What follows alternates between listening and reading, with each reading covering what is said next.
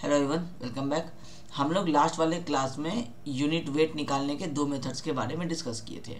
तो अब तक अगर हम लोग टेस्ट की बात करें, क्योंकि एग्ज़ाम में, किसी भी एग्ज़ाम में, चाहे कॉलेज का एग्ज़ाम हो चाहे आपका कॉम्पिटिटिव एग्ज़ाम हो, उसमें टेस्ट जो है वो बहुत इंपॉर्टेंट रोल प्ले करते हैं। कॉलेज की बात करें तो आप अभी तक पढ़ चुके हैं ओवन ड्राइंग मेथड, ठीक है। उसके बाद आप पढ़ चुके हैं कोड कटर मेथड।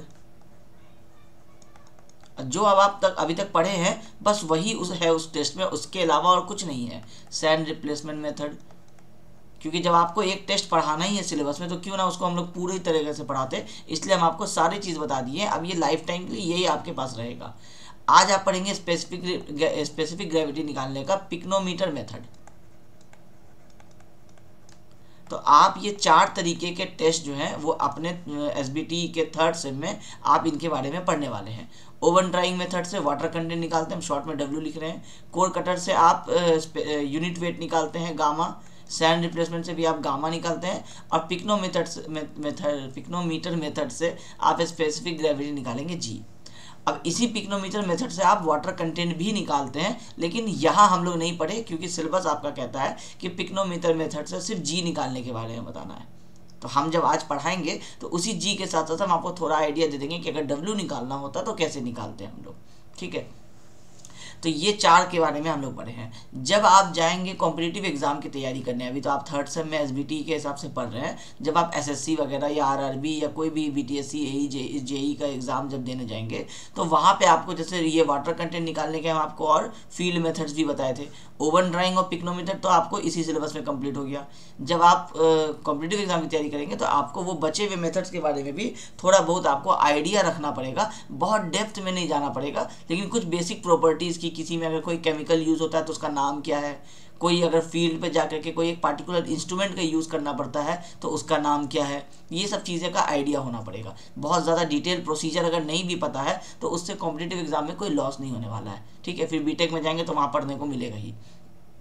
तो ये सारे मेथड्स आपके जो हम आपको अभी तक पढ़ाए हैं यही आपका फाइनल है। इसी से जो आपको फॉर्मूलाज बन के आए हैं, जो उसमें इंपॉर्टेंट लाइंस जो हम कलर करके बताते हैं, वो सारे ही आपको याद रखने हैं, चाहे कॉलेज का एग्जाम हो चाहे कॉम्पिटिटिव एग्जाम हो।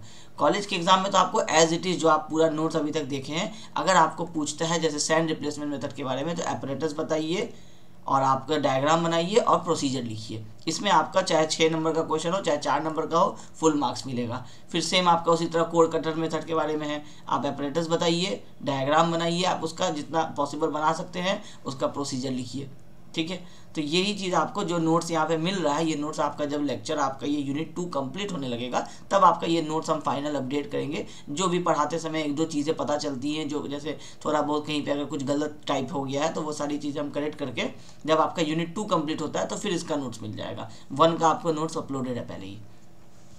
तो हम लोगों को अब आज पढ़ना है स्पेसिफिक ग्रेविटी के बारे में। अब स्पेसिफिक ग्रेविटी के बारे में पहले हम लोग पढ़ चुके हैं फिजिकल प्रॉपर्टी के बारे में, जब हम लोग पढ़ रहे थे physical property.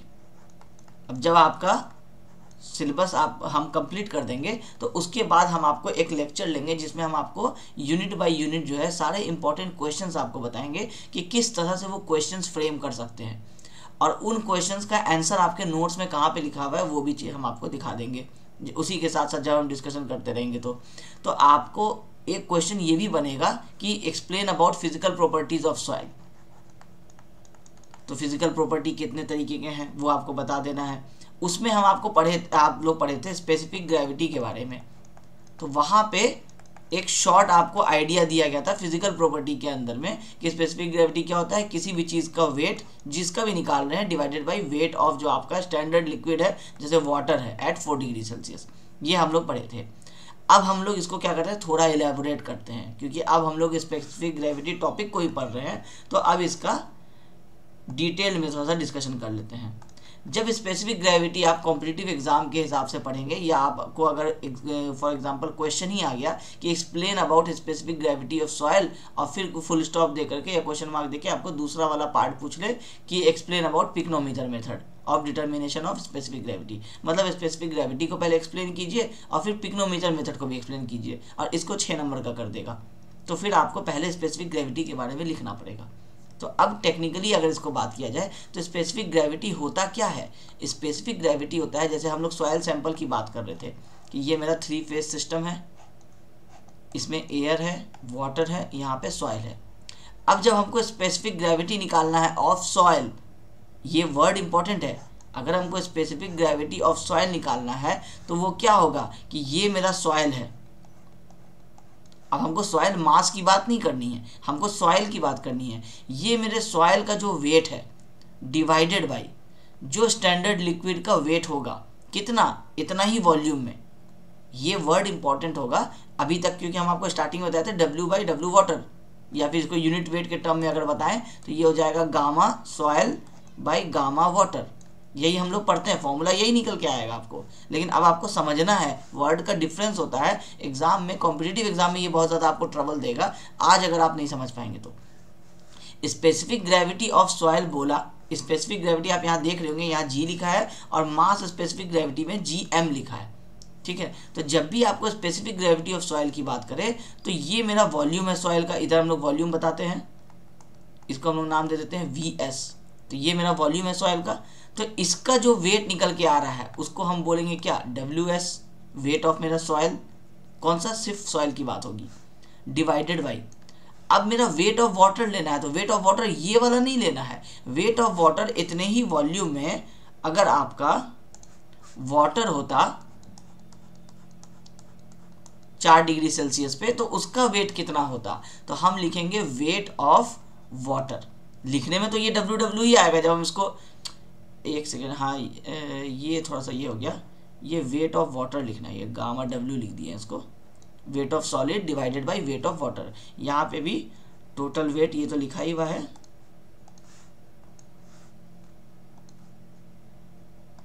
Divided by weight of water, ठीक है। तो ये है मेरा स्टैंडर्ड डेफिनेशन कि weight of solid divided by weight of water. कौन सा वेट ऑफ वाटर, उतना ही वॉल्यूम का वेट ऑफ वाटर, ठीक है। अब इसी में हम लोग क्या करते हैं, इसी फॉर्मूला को आप देखते हैं कि हम लोग लिखते हैं gamma S divided by gamma W भी लिख सकते हैं, जो यहाँ पे उसको एडिट किए थे इसलिए गलती हो गया। इसी को हम लिख सकते हैं gamma S divided by gamma W भी। इसी को हम लिख सकते हैं रो S, मतलब डेंसिटी के बारे में बात करें, डिवाइडेड बाई रो W भी। ये सारा क्या है, स्पेसिफिक ग्रेविटी को लिखने का ही तरीका है। अब अगर हम इसी वेट वाले टर्म को कन्वर्ट करना चाहें समझने के लिए कि आखिर ये वाला को, इसी वेट बाई वेट वाटर को हम gamma S by gamma W कैसे कह देते हैं, तो अब इसको हम यहाँ पे थोड़ा सा आपको एक छोटा सा डेरिवेशन के जैसा कर देते हैं। हम लोगों को पता है कि G क्या है, wait of solid by volume of, sorry, wait of solid by weight of water.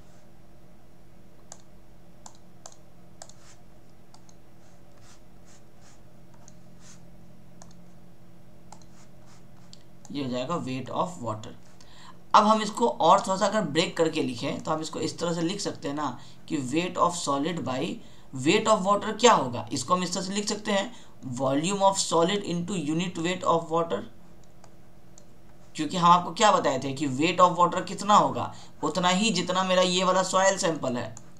तो इस सॉयल सैंपल का अगर हम इतने ही दूर का, अगर इस बॉक्स का हम आपको वेट निकालने बोले, अब हम इसमें पानी रखने वाले हैं तो उसका यूनिट वेट जो होगा पानी का वो, और ये वाला वॉल्यूम कितना था, ये वॉल्यूम ऑफ सॉलिड था, तो इसी के साथ मल्टीप्लाई करेंगे। मान लीजिए हम इसमें ऑयल रखना चाहते हैं तो gamma oil into volume of solid हो जाएगा। इसका हमको वेट निकालना है तो इसका वॉल्यूम से जो भी सामान रखेंगे उसका यूनिट वेट मल्टीप्लाई कर देंगे। तो यहाँ पे हम इसको वेट ऑफ वाटर को लिख सकते हैं कि वॉल्यूम ऑफ सॉयल सैंपल जितना था उतना इनटू गामा W कर सकते हैं। अब इसी WS बाई VS को हम लोग क्या बोलते हैं, ये डेंसिटी हम लोग, ये यूनिट वेट है हम लोगों का, वेट पर यूनिट वॉल्यूम। तो अब weight of soil by volume of soil, तो इसको हम लिख सकते हैं G is equal to gamma S लिख सकते हैं। अगर वेट बाई वॉल्यूम होता तो गामा लिखते, weight saturated by gamma volume saturated, sorry volume होता तो हम लोग उसको गामा सैचुरेटेड लिखते। हम लोग यूनिट वेट में यही चीज़ पढ़े हैं। तो ये हो गया गामा S डिवाइडेड बाई क्या बचा नीचे, गामा W ही बचा हुआ है। इसीलिए हम इसको आपको बताए थे कि weight of solid by weight of water को gamma solid by gamma water भी लिख सकते हैं, ठीक है। तो ये वहाँ से ये चीज़ आता है। तो अंडरस्टैंडिंग ज़रूरी है कि ये हम लोग डायरेक्टली इसको इस तरह से कैसे लिख दिए, ये दोनों है, ये G का ही फॉर्मूला है, ठीक है। अब इसके अंदर से क्या करता है, कॉम्पिटिटिव एग्जाम में ट्रिक करके क्वेश्चन बना देता है। एक सिंपल सा डेफिनेशन है, G is equal to W by W या gamma by gamma, gamma solid by gamma water, लेकिन इसमें से क्या करता है कि वर्ड्स के साथ खेलता है। इसीलिए हम आपको इतना डिटेल में एक्सप्लेन किए कि अब इसमें से जो भी चीज़ एक एक वर्ड लिखा हुआ है वो आपको समझ में आ जाए। अब डेफिनेशन पढ़िए स्पेसिफिक ग्रेविटी का। It is the ratio of the weight of a given volume of solid, जो भी मेरा ये गिवन वॉल्यूम था सॉलिड का, उसका weight to the weight of an equivalent volume of water. Equivalent का मतलब है कि उतना ही वॉल्यूम में जो वाटर रख देंगे 4 डिग्री सेल्सियस पे, उसका जो वेट आएगा, उससे हम लोग डिफाइन करते हैं कि कोई एक सॉइल पार्टिकल कितना, जैसे कोई एक सॉइल सैंपल जो है वो कितना भारी है, तो पानी से कंपेयर करके बोलते हैं कि पानी से भारी है या पानी से हल्का है। तो पानी से अगर भारी है तो कितना भारी है, उसका रेंज क्या होगा। अगर हम वाटर को 1 बोल रहे हैं तो मेरा सॉइल सैंपल का क्या वैल्यू है। तो जनरली जो सारा वैल्यू लाई करता है, जो हम लोगों को जितना भी हम सॉइल मैकेनिक्स में सॉइल की बात करेंगे, वो जनरली जो उसका रेंज लाई करता है वो 2.65 to 2.8 है। आप कह सकते हैं कि 2.5 से 3 गुना जो है ये वाटर से ज़्यादा भारी होता है आपका जनरल सॉइल सैंपल जो हम लोगों को अर्थ में मिलता है। ठीक है। अब एग्जाम में इसके अंदर से क्वेश्चन पूछता है, ये रेंज पूछ लेता है। यहाँ तक कि आपको स्टेट लेवल के जेईई में ये क्वेश्चन आया हुआ भी है कि जनरल मोस्टली स्पेसिफिक ग्रेविटी किस रेंज में लाई करता है। 2.4 to 2.6 ऑप्शन था, 2.6 to 2.8 था, 2.8 to 3 था और 3 से 3.3 था। अब इसमें क्या है कि यही एग्जैक्टली 2.65 से 2.8 होता है, तो आपको रेंज कौन सा सुटेबल लाई कर रहा है, ये वाला लाई कर रहा है। तो इसके लिए पता होना चाहिए, जब स्पेसिफिक ग्रेविटी पढ़ रहे हैं तो पता होना चाहिए कि हम लोग जो जनरल सॉइल लेते हैं वो कितने वेट का, अब कम ज़्यादा सब हो सकता है, अलग अलग सॉइल टाइप है, अलग अलग हो सकता है, लेकिन एक जनरल वैल्यू जो मोस्टली सॉइल सैंपल का बोला जाए तो 2.65 से 2.8 के रेंज में लाई करता है। आपके एसबीटी में इससे ऑब्जेक्टिव क्वेश्चन बन सकता है कि एक जो जनरल वैल्यू है, अब वो हो सकता है रेंज नहीं देगा, वो एक नॉर्मल दे देगा आपको 2.7, 3.1, 2.9, 2.4 ऐसे दे देगा, बोलेगा जो एक जनरल स्पेसिफिक ग्रेविटी का वैल्यू सॉइल के लिए कितना होता है, तो आपका 2.6 से 2.8 के बीच में ये लाई कर रहा है। अब आप आगे जितने भी न्यूमेरिकल देखिएगा या पीछे आप जो भी आप न्यूमेरिकल दो न्यूमेरिकल किए थे आप उसको देखिएगा, उसमें देखिएगा जी का वैल्यू जो है वो 2.6 से 2.8 के बीच में ही दिया हुआ रहेगा, क्योंकि मोस्टली यही वाला वैल्यू हम लोगों को मिलता है। ठीक है, तो ये हो गया मेरा स्पेसिफिक ग्रेविटी के बारे में। अब दूसरा एक वर्ड आता है कि मास स्पेसिफिक ग्रेविटी। अब मास स्पेसिफिक ग्रेविटी क्या होता है, अब ये इसके नाम पे अब कंफ्यूज नहीं होना है कि ये इसका मतलब कोई मास के बारे में बात कर रहा होगा, नहीं, ये बात कर रहा है सॉइल मास के बारे में। अब आपको बताए थे हम कि सॉइल मास, सॉइल सैंपल, ये सब जो वर्ड जब भी आपको यूज करे इसका मतलब क्या होगा कि ये 3 फेज डायग्राम है, इस पूरे सैंपल की बात कर रहा है, वो इस वॉल्यूम की बात कर रहा है। अब वो सिर्फ सॉइल की बात नहीं कर रहा है। यहाँ क्या लिखा था कि given volume of solids, solids ये है हम लोगों का सॉलिड्स, ये है हम लोगों का लिक्विड, ये है हम लोगों का गैस। तो इसमें बात किया था इस पार्टिकुलर Vs के बारे में, इसलिए ये स्पेसिफिक ग्रेविटी है सिर्फ। अब मास स्पेसिफिक ग्रेविटी जो Gm होता है वो बात करता है कंप्लीट सॉइल सैंपल के बारे में। तो अब जब यूनिट वेट आप इसका जो आप स्पेसिफिक ग्रेविटी निकालेंगे तो वो क्या हो जाएगा कि वेट, सिर्फ वेट, किसका वेट, आप जाइए सिर्फ W हम लोग कब लिखते हैं, जब हम लोग बल्क की बात करते हैं। एक सॉइल सैंपल उठाए, ना पता है कि उसमें कितना हवा है, कितना पानी है, कितना सॉइल है, बस उठाए और उसका वेट किए। तो वैसा ही एक सॉइल सैंपल की जब हम लोग बात करेंगे तो उसका जो आपका वेट होगा वो डिवाइडेड बाई अब कौन सा वॉल्यूम आ जाएगा, उसी के इक्विवेलेंट वॉल्यूम, तो उसके इक्विवेलेंट वॉल्यूम क्या हो जाएगा, V हो जाएगा। यहाँ भी वही, सॉरी ये V नहीं, मतलब वाटर के बारे में उतना इक्विवेलेंट जो होगा वो हम लोगों का वाटर हो जाएगा, weight of whole sample divided by weight of water. अब ये वेट ऑफ वाटर किस में, तो ये कंप्लीट में अगर हम यहाँ पे पानी भर देते,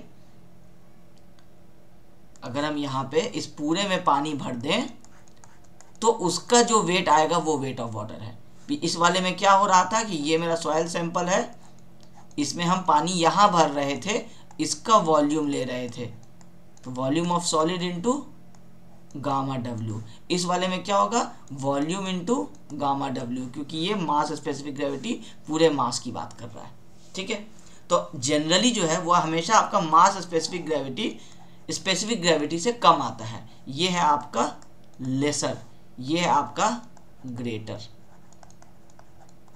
कई बार एग्जाम में तो जब मॉडरेट लेवल का क्वेश्चन पूछना चाहेगा तो फिर आपको ये चीज़ या तो वन लाइनर थ्योरी में पूछ लेगा कि मास स्पेसिफिक ग्रेविटी से क्या होता है, हायर, लेसर, इक्वल, ये क्वेश्चन पूछ लेगा। तो वहाँ के लिए आपको याद होना चाहिए कि मास स्पेसिफिक ग्रेविटी हमेशा आपका स्पेसिफिक ग्रेविटी से कम होगा, क्योंकि अब वॉल्यूम बढ़ गया है, पूरे फुल वॉल्यूम की बात की जा रही है मास वाले में, और वॉल्यूम नीचे होता है डिनोमिनेटर में, तो ऑटोमेटिकली वैल्यू कम आएगा, पहला चीज़।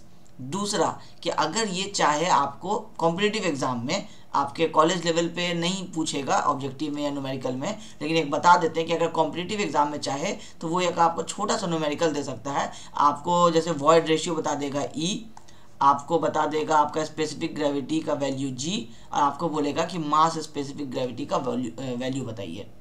तो आपको इन तीनों के बीच में कोई रिलेशन पता होना चाहिए। तो इन तीनों के बीच में जो रिलेशन होता है वो होता है कि GM का फॉर्मूला होता है, एक रिलेशन होता है कि G divided by 1 plus E। ये फॉर्मूला जो है ये हम आपको लिख देंगे आपके नोट्स में।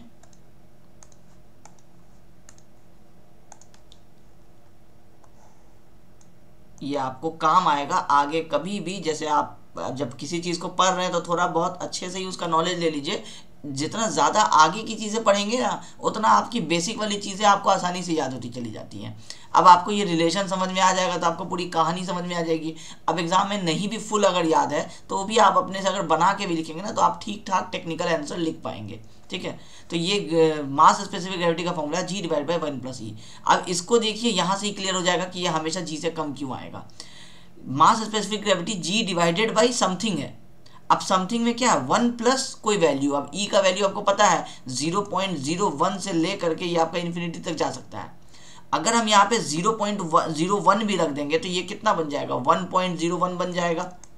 अब जब 1.01 1 से ज़्यादा है तो ऑटोमेटिकली जब G से डिवाइड करेंगे तो ये G का वैल्यू क्या होगा, G से थोड़ा कम हो जाएगा। इसका मतलब है कि ये GM का जो वैल्यू आएगा वो हमेशा G से थोड़ा कम ही आएगा, क्योंकि यहाँ पे हम 0.01 लिए तो ये बात है।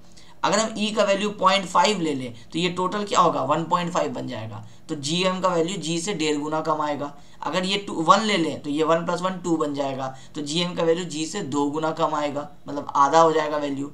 तो ये है आपका वो रिलेशन। ठीक है, एक्स्ट्रा चीज़ें यहाँ से हटा देते हैं। तो GM आपको समझ में आना चाहिए कि हमेशा जो है आपके स्पेसिफिक ग्रेविटी से कम आता है। ठीक है, एक ये फॉर्मूला हो गया इसका और एक ये इसका रिलेशन हो गया। अब इतना ही बात अभी सिर्फ स्पेसिफिक ग्रेविटी में रखते हैं। अब इसको बहुत ज़्यादा जाएंगे तो बहुत अंदर तक जाते चले जाएंगे। स्पेसिफिक ग्रेविटी हो गया, इसमें ध्यान रखना है इक्विवेलेंट वॉल्यूम और सॉलिड्स की बात कर रहा है। इसमें देखिए सॉइल सैंपल लिखा हुआ है, it is the ratio of weight of a given volume of soil sample.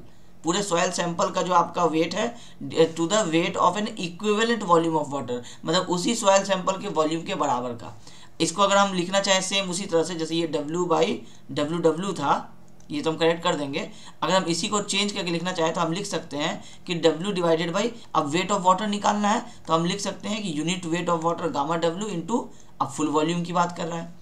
अब W/V को हम लोग क्या लिखते हैं, गामा लिखते हैं सिर्फ, क्योंकि W/V है तो बल्क हुआ, तो ये हो जाएगा gamma by gamma W। Same वैसे ही जैसे W/W वैसे ही गामा बाई गामा W, वैसे ही रो बाई रो W। अब मान लीजिए कि अगर क्वेश्चन में दे दे कि सॉइल आपका फुल्ली सैचुरेटेड है तो gamma saturated by gamma W। अगर बोल दे सॉइल आपका ड्राई है तो गामा बाई गामा W, मतलब ऊपर में ही ना आपका बल्क है गामा, अब उसी में अगर ड्राई देगा तो ड्राई होगा, सबमर्ज देगा तो सबमर्ज होगा, सैचुरेटेड देगा तो सैचुरेटेड होगा। तो ये बहुत सारी चीज़ें हैं, एक ही चीज़ से रिलेटेड इतने सारे कॉन्सेप्ट जो है वो यहीं पे आकर के मिल जाते हैं। अगर ये वाला चीज़ थोड़ा सा आपको अगर लगे बाउंस हो रहा है, छोड़ दीजिए अभी ये वाले कॉन्सेप्ट को। बेसिक समझना भी ज़रूरी है कि ये और ये तीन चीज़ आप समझ गए तो काफ़ी हो जाएगा अभी आपके लिए। ठीक है, ये हो गया मेरा स्पेसिफिक ग्रेविटी के बारे में सारा डिस्कशन। अब स्पेसिफिक ग्रेविटी पढ़े, वाटर कंटेंट पढ़े तो वाटर कंटेंट कैसे निकालते हैं पढ़ लिए, यूनिट वेट पढ़े तो यूनिट वेट कैसे निकालते हैं उसका 2 मेथड पढ़ लिए। अब स्पेसिफिक ग्रेविटी कैसे निकालते हैं, तो स्पेसिफिक ग्रेविटी निकालते हैं पिक्नोमीटर मेथड से। अब क्या है पिक्नोमीटर मेथड, एपरेटस क्या है, तो पिक्नोमीटर ही आपका एपरेटस है। तो इसमें आपको स्पेशली अलग से एक हेडिंग देने की जरूरत नहीं है कि एपरेटस रिक्वायर्ड क्या है, तो पिक्नोमीटर ही आपका वो है जो आपका एपरेटस है। और ये रहा आपका पिक्नोमीटर। देखने में बहुत सिंपल सा लग रहा है कि एक जार है, जार के ऊपर में कोई स्पेशल टाइप का एक आपका ढक्कन दिया हुआ है, बस यही चीज़ को, इसका नाम है पिक्नोमीटर। अब इससे हम लोग किस तरह से निकालते हैं स्पेसिफिक ग्रेविटी। अब बहुत ध्यान से समझिएगा, सुनिएगा, पहले हम थ्योरी एक्सप्लेन कर दे रहे हैं आपको, फिर आपका सारा नोट्स में लिखा हुआ है, हम सारी चीज़ें आपको पढ़ देंगे, ठीक है। हम लोगों को पता है कि स्पेसिफिक ग्रेविटी का फॉर्मूला क्या है। कोई भी चीज़, जैसे सॉइल की बात कर रहे हैं तो सॉइल का आपका वेट और उतना ही सैंपल में हम लोगों का वाटर का वेट, उतना ही वॉल्यूम में जो हम लोगों का वाटर का वेट, यही हम लोगों का बेसिक है। इसको हम लिखे कि unit weight of solid by unit weight of water. हर हाल में ऊपर सॉलिड का डिस्कशन किए, नीचे वाटर का डिस्कशन किए। अब हम ये क्यों बता रहे हैं कि आगे जब आप एक फॉर्मूला देखेंगे तो वो फॉर्मूला आपको देख करके थोड़ा लगेगा डेंजरस।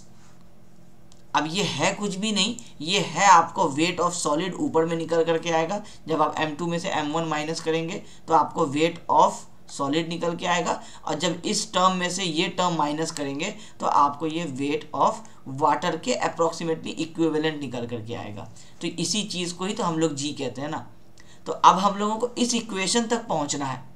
कोई भी टेस्ट कर रहे हैं तो टेस्ट कर रहे हैं तो उसमें से आखिरकार जो सैंपल होगा उसी में से ही तो मेरा ये सारा वैल्यू मिलेगा ना हम लोगों को। M1, M2, M3, M4 ये चारों क्या है, रटने का तो हम लोग ये फॉर्मूला वैसे भी एग्जाम में रट के जाते हैं, कॉम्पिटिटिव एग्जाम में। वहाँ निकालने के चक्कर में नहीं बैठे रहते हैं कि वहाँ पे M2 माइनस M1 है तो नीचे में क्या होगा, उसका पूरा हम लोग थ्योरी याद करके रखें। 30 सेकंड से 60 सेकंड में आंसर देना होता है, और कहीं और भी हो सकता है ज़्यादा टाइम लगे, तो इसको जल्दी जल्दी करने के लिए हम लोग इस जी के फॉर्मूला को याद कर लेते हैं एज इट इज़।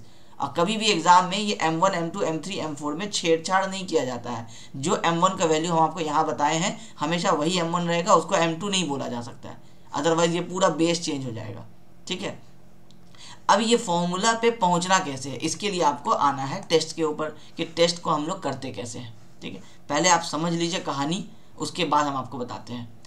हम लोग क्या किए, पिक्नोमीटर है हम लोगों के पास, ये जार है हम लोगों के पास। हम लोगों को निकालना है वेट ऑफ सॉलिड और वेट ऑफ वाटर, यही दो टारगेट है हम लोगों का निकालने का।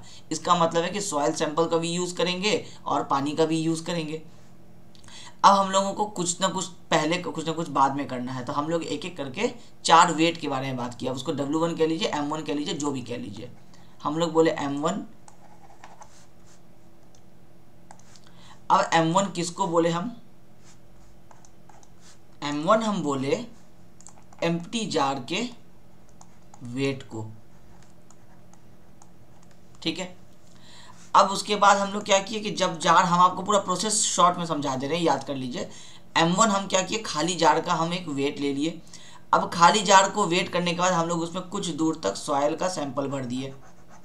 अब कौन सा सॉइल का सैंपल भरे, M2 हो गया मेरा जार प्लस ड्राई सॉइल।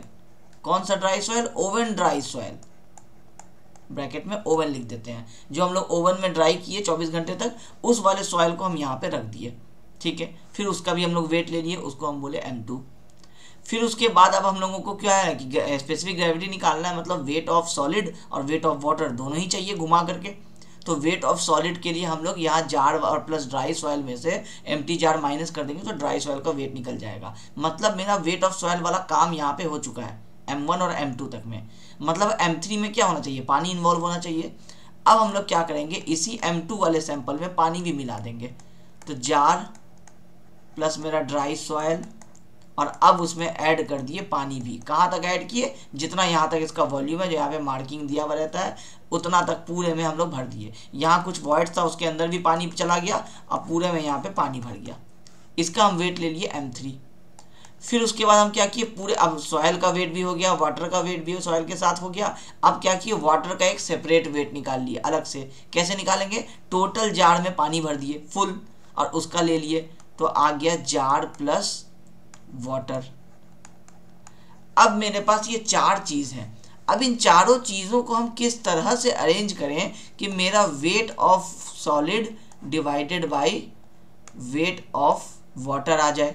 कुछ यही मेरा टारगेट है, क्योंकि हमको जी निकालना है ना, वाटर कंटेंट तो अभी निकाल नहीं रहे। वाटर कंटेंट निकालना होता है तो हम wait of water divided by weight of solid target लेते। वही टारगेट लेते तो वो पिक्नोमीटर मेथड हो जाता है वाटर कंटेंट निकालने के लिए। इसी में कुछ कुछ चेंज कर देते हैं, M2 की जगह पे ड्राई सॉइल नहीं लग के हम अगर वेट वाला सॉइल ले लेते हैं जो सैचुरेटेड सॉइल होता है, तो उसमें क्या होता, पानी भी अवेलेबल होता। तो जब हम इसमें से माइनस करते ये, तो हमको पानी वाला सॉइल का वेट मिल जाता, तो उससे मेरा क्या निकल जाता, वाटर कंटेंट निकल जाता। इससे हम आपको एक बहुत इंपॉर्टेंट चीज़ बता दिए कि फॉर वाटर कंटेंट W निकालने के लिए सॉइल इज वेट, इसको हम लोग बोलते हैं टेक्निकली मॉइस्ट सॉइल, थोड़ा पानी भी उसमें अवेलेबल रहता है। For specific gravity G soil is dry.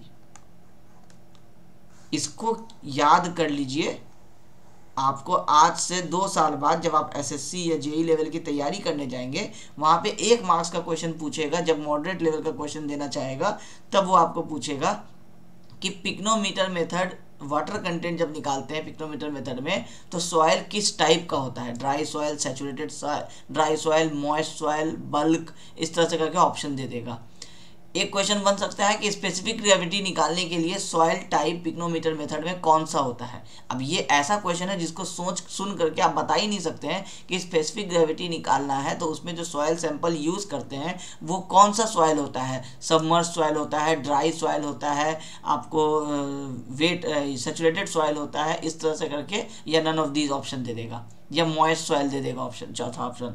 तो आपको क्लियर कट मेथड पता रहेगा कि स्पेसिफिक ग्रेविटी निकालना है तो पानी का कोई काम नहीं था, ड्राई सॉइल चाहिए, यहाँ से याद हो जाएगा। ठीक है, जब वाटर कंटेंट निकालना है तो मतलब वाटर ही निकालना है, मतलब वाटर प्रेजेंट होना चाहिए। तो ये ट्रिक है एक तरह से आपका कि पानी निकालना है तो पानी होना ही चाहिए, इसका मतलब है मॉइस्ट सॉइल होगा। ये चीज़ आप इस तरह से करके याद कर सकते हैं, ये सब कॉन्सेप्ट है। ठीक है, अब ये चारों का वेट हम लोग निकाल लिए। वेट निकालने के बाद आपको क्या करना है, आपको यही वाला फॉर्मूला जो है, जो आप अभी बनाने का सोच रहे हैं कि हम wait of solid divided by weight of water निकालेंगे, वो यही चीज़ है। अब देखिए M2 माइनस M1 इक्विवेलेंट, अभी हम आपको एक तरीका समझा रहे हैं कि ये फॉर्मूला रटना कैसे, याद कैसे करना है। अभी एग्जैक्टली जो हम समझाएंगे उससे एग्जैक्टली आंसर नहीं निकलेगा, लेकिन आप समझ जाएंगे कि हम कहना क्या चाह रहे हैं। हमको G निकालना है, मतलब wait of solid bye weight of water तक पहुंचना है। कैसे पहुंचेंगे, M2 में से M1 अगर माइनस करेंगे तो pycnometer with dry soil minus pycnometer करेंगे तो बचेगा क्या, ड्राई सॉइल। तो वेट ऑफ सॉइल सॉलिड आ गया हम लोगों के पास, जो सॉइल बचा उसका वेट कर लेंगे तो वो ड्राई सॉइल का वेट हो गया। उसके बाद M2 माइनस M1 डिनोमिनेटर में, M2 माइनस M1 मतलब फिर से M2 माइनस M1 क्या है, ड्राई सॉइल ही है। तो हम यहाँ पे लिख देते हैं कि ड्राई सॉइल माइनस, अब M3 माइनस M4, M3 क्या है, पिक्नोमीटर, सॉइल और वाटर, माइनस M4 क्या है, पिक्नोमीटर और वाटर। तो रिमेनिंग यहाँ से भी क्या बच गया आपको, सॉइल बच गया।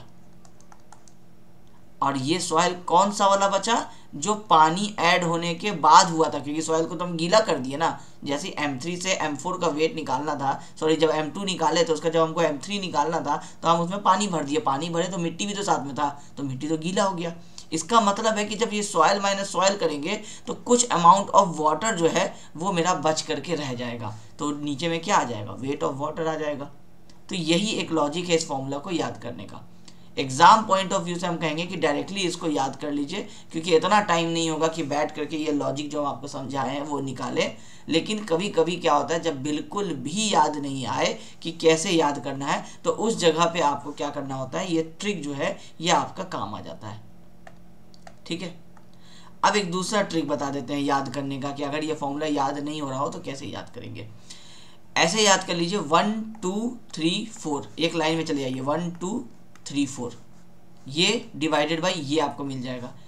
फिर वापस याद कर लीजिए कि यही M2 माइनस M1 को वापस से वहाँ पे नीचे लिख देना है। तो जैसे आप M2 माइनस M1 लिखेंगे divided by M3 minus M4 लिखेंगे। अब यही बस एक्स्ट्रा कुछ और यहाँ पे भी लिखना है, तो याद कर लीजिए कि यही M2 माइनस M1 को दोबारा से यहाँ पे लिख देना है। तो M2 minus M1 divided by M2 minus M1, ये तो आपको एज इट इज याद हो जाएगा। माइनस तो क्या है, अब यहाँ पे अक्सर भूल जाते हैं ना कि यहाँ पे 2 होगा, यहाँ पे 3 होगा। कई बार होता है कि यहाँ पे 4 माइनस 3 कर देते हैं, लॉजिक लगता है ना वहाँ पे। तो ऐसे याद करना है कि सीरियल वाइज होगा 1 2 3 4, इस तरह से हम लोग साइकिल में चलेंगे। तो ये वाला टेक्निक से भी आप याद कर सकते हैं, फॉर्मूला आपको याद हो जाएगा। ठीक है, एग्जाम में क्या कर सकता है कि आपको ऑब्जेक्टिव एसबीटी में डायरेक्टली इस वाले से नहीं पूछेगा, आपको न्यूमेरिकल में भले ये चीज़ पूछ सकता है। पिक्नोमीटर मेथड से ज़बरदस्ती उसको न्यूमेरिकल बनाना हो तो वो कुछ कुछ क्वेश्चन दे सकता है, हालांकि अभी तक ऐसा पूछा नहीं है एसबीटी में, तो आप मान के चलिए कि आपको पिक्नोमीटर मेथड ही सिर्फ आपको पूछेगा, थ्योरी। ठीक है, अब आपको हम पूरा थ्योरी समझा चुके हैं। अब आप एक एक करके ये डायग्राम देखिए और आप इसको पढ़िए, आपको सारी चीज़ें वही मिलेंगी। इसको हम यहाँ पे पहले इरेज, अच्छा इसको भी रहने देते हैं, यही समझा देते हैं। M1 आप देख लिए एम्प्टी कंटेनर का वेट है। M2 क्या है, कंटेनर प्लस ड्राई सॉइल जो हम आपको बताए थे। M3 क्या है, कंटेनर प्लस ड्राई सॉइल, उसमें पानी मिला दिए तो वाटर हो गया। M4 क्या है, जब सबको खाली कर दिए वापस से पूरा पानी भर दिए, तो ये मेरा कंटेनर प्लस वाटर हो गया। तो ये चीज़ में बस क्या बचा, सॉयल प्लस वाटर यहाँ पे बचा, मतलब ये M3 माइनस M4 जब करेंगे तो सॉयल प्लस वाटर बचा, और M2 माइनस M1 किए तो सॉयल बचा, तो soil minus soil plus water बराबर मेरे पास लगभग कुछ अमाउंट का वाटर बच जाएगा। ये एक लॉजिक आपको याद करने के लिए समझाए थे। अब इन सारी चीज़ों को पढ़िए आप थ्योरी में कि ये आपका स्टेप किस तरह से होगा। एग्जाम में अगर आपको बोलता है तो आप कैसे लिखेंगे। सबसे पहले क्या लिख रहा है procedure, clean and dry the pycnometer. Pycnometer को साफ कर लीजिए, सुखा लीजिए, उसका स्क्रू को टाइटली लगा लीजिए। इसके ऊपर जो हम आपको यहाँ दिखाए थे स्क्रू, इस वाले को बहुत अच्छे से टाइटली लगा लीजिए। और टाइटली लगाने के बाद क्या कीजिए कि एक ना यहाँ पे ऐसे करके मार्किंग दे दीजिए, ऐसे।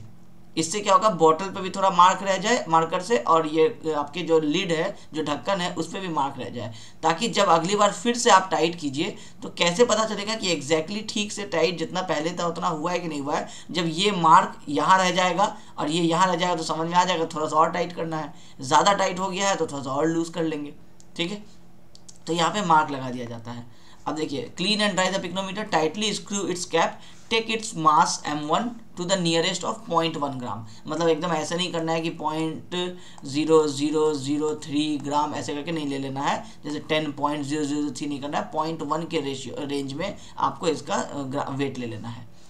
उसके बाद mark the cap and pycnometer with a vertical line parallel to the axis of the pycnometer. ये एक्सिस ऑफ द पिक्नोमीटर है, इसी के पैरेलल में एक यहाँ पे ऐसे करके मार्किंग लगा दीजिए, जो हम आपको भी समझाए, ताकि इंश्योर हो जाए कि कैप जो है वो सेम जगह पे हर बार जो है टाइट किया जा रहा है। क्योंकि अब आप 3-4 बार खोलने वाले हैं ना, 3 बार खोलेंगे और 3 बार टाइट करेंगे, और तो इसीलिए आपका कहा जा रहा है कि बार बार सेम जगह पे रहे। इससे क्या होगा, वेरिएशन नहीं आएगा रिजल्ट में।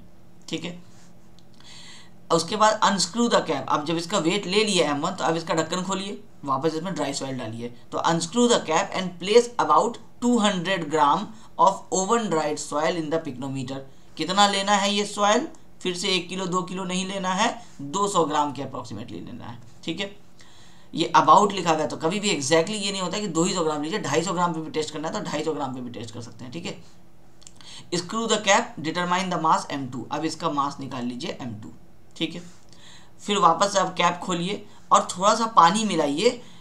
अब देखिए, unscrew the cap and add sufficient amount of de aired water to the pycnometer so as to cover the soil. अब इसका कैप खोलिए, अब M3 बनाना है ना आपको, तो अब इसका कैप खोलिए और इसमें पहले पानी मिलाइए, सिर्फ इतना, ताकि ये क्या करे, सॉइल में मिक्स हो जाए। सिर्फ इतना दूर रखिए। इसके अंदर कोई अगर, अब जब आप पूरे में पानी मिला देंगे, यहाँ तक अगर आप पानी भर देंगे तो अंदर में अब और कोई एयर तो बचा नहीं, वो एयर तो बाहर आ जाएगा। तो यहाँ से क्या कीजिए, फिर से एक वैक्यूम लगाइए, वैक्यूम क्लीनर टाइप से, और इसमें क्या कीजिए, जो अब आपका जो सॉइल यहाँ पे एयर जो आपका पैक हुआ है, उस एयर को यहाँ से निकाल लीजिए। अब अगर आपका फाइन ग्रेन सॉइल था तो अलग टाइम होगा उसके लिए, कोर्स ग्रेन सॉइल था तो अलग टाइम होगा उसके लिए। कहने का मतलब है कि कुल मिला के जो सभी सॉइल हो, आप यहाँ से वैक्यूम लगा करके पहले हवा निकाल लीजिए। हवा निकाल लिए तो अब ये पूरा वैक्यूम है। अब इसमें क्या कीजिए, फिर से पानी डालिए, फिर पानी आप लगभग यहाँ तक डालिए, फिर यहाँ तक पानी डाल दिए। अब यहाँ पे कुछ एयर अगर रह गया था फॉर इन केस, तो वो यहाँ आ जाएगा, फिर से वैक्यूम कीजिए, अब फिर रिमेनिंग में पूरे में पानी डाल लीजिए, तब आपका ये M3 बन जाएगा, फुल वाटर वाला। अब यही चीज़ देखिए, नेक्स्ट स्टेप में यहाँ लिखा है, शेक वेल द कंटेंट। जब आप यहाँ पे पानी मिलाए, आप डी एयर्ड वाटर, मतलब क्या है, उसमें एयर नहीं है उस पानी में, वो वाला पानी को बोलते हैं डी एयर्ड वाटर। तो इसमें आप क्या किए, पानी मिलाए पहले उतना दूर जितना दूर आपका सॉइल को आपको गीला करना था। उसके बाद बोल रहा है शेक वेल। शेक वेल करने से क्या हुआ, कहीं पे भी एयर अगर था फंसा हुआ तो बाहर आ जाएगा। Connect the pycnometer to a vacuum pump. Vacuum pump से कनेक्ट कीजिए और रिमूव कर लीजिए इंट्रैप्ड एयर को, जो उस जार में अब रह गया है ऊपर में। 20 मिनट तक करना है अगर फाइन ग्रेन सॉइल हुआ, और 10 मिनट तक करना है अगर कोर्स ग्रेन सॉइल हुआ। कोर्स ग्रेन सॉइल में वैसे ही जो एयर होता है वो आसानी से निकल जाता है। फाइन ग्रेन वाले में क्या होता है, कहीं ना कहीं पे ट्रैप्ड रह जाता है, तो ज़्यादा देर तक फाइन ग्रेन वाले में करना है।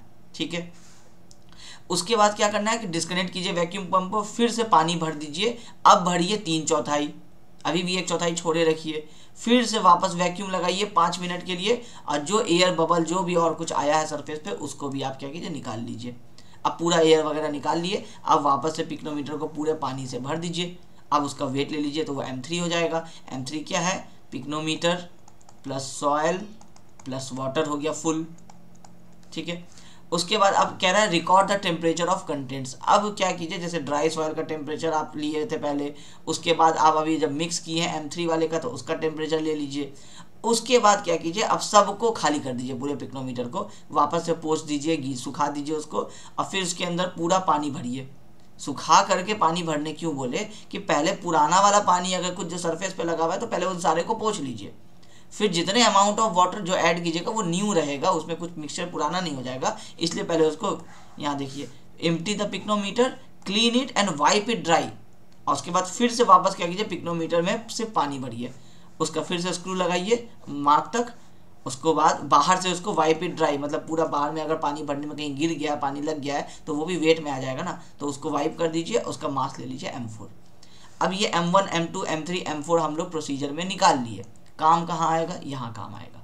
यहाँ फॉर्मूला के नीचे में भी हम आपको यही सारी चीज़ लिख दी है, इस फॉर्मूला में पुट करेंगे, हम लोगों का स्पेसिफिक ग्रेविटी निकल के आ जाएगा। ठीक है, तो ये है मेरा टोटल प्रोसेस पिक्नोमीटर मेथड का वाटर कंटेंट स्पेसिफिक ग्रेविटी निकालने का।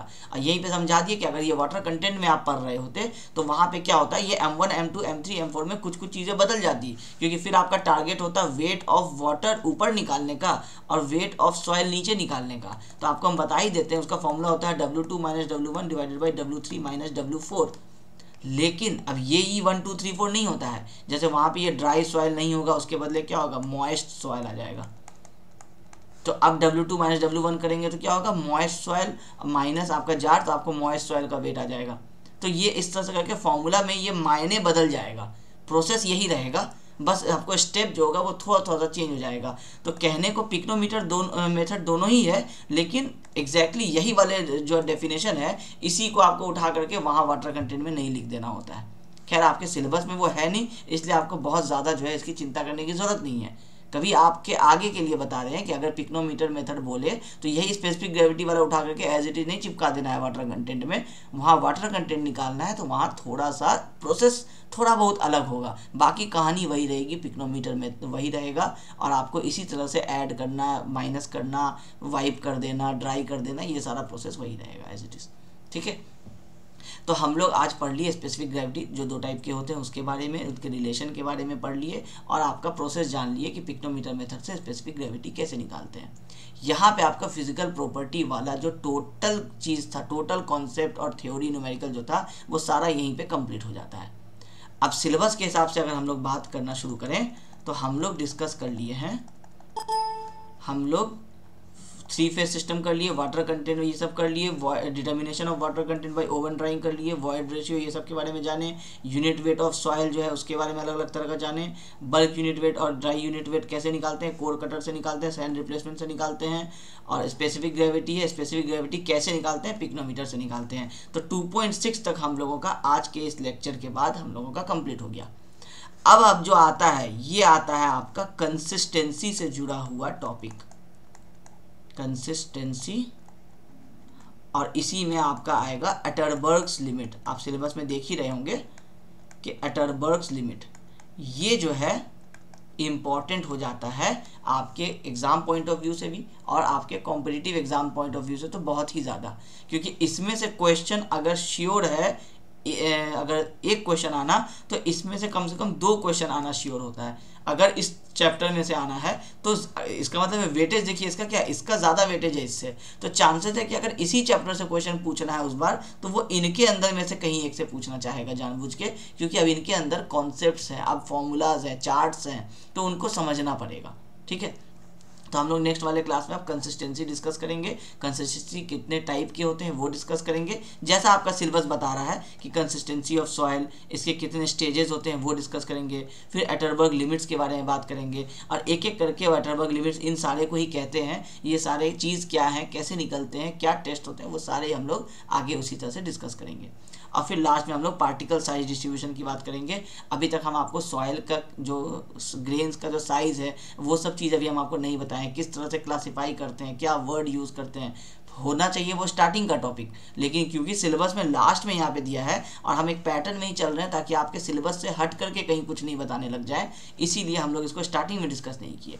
हम लोग आपको डेली बता रहे हैं कि हम लोग अभी 2.6 तक पढ़ चुके हैं, कल हम लोग 2.7 से स्टार्ट करने जा रहे हैं।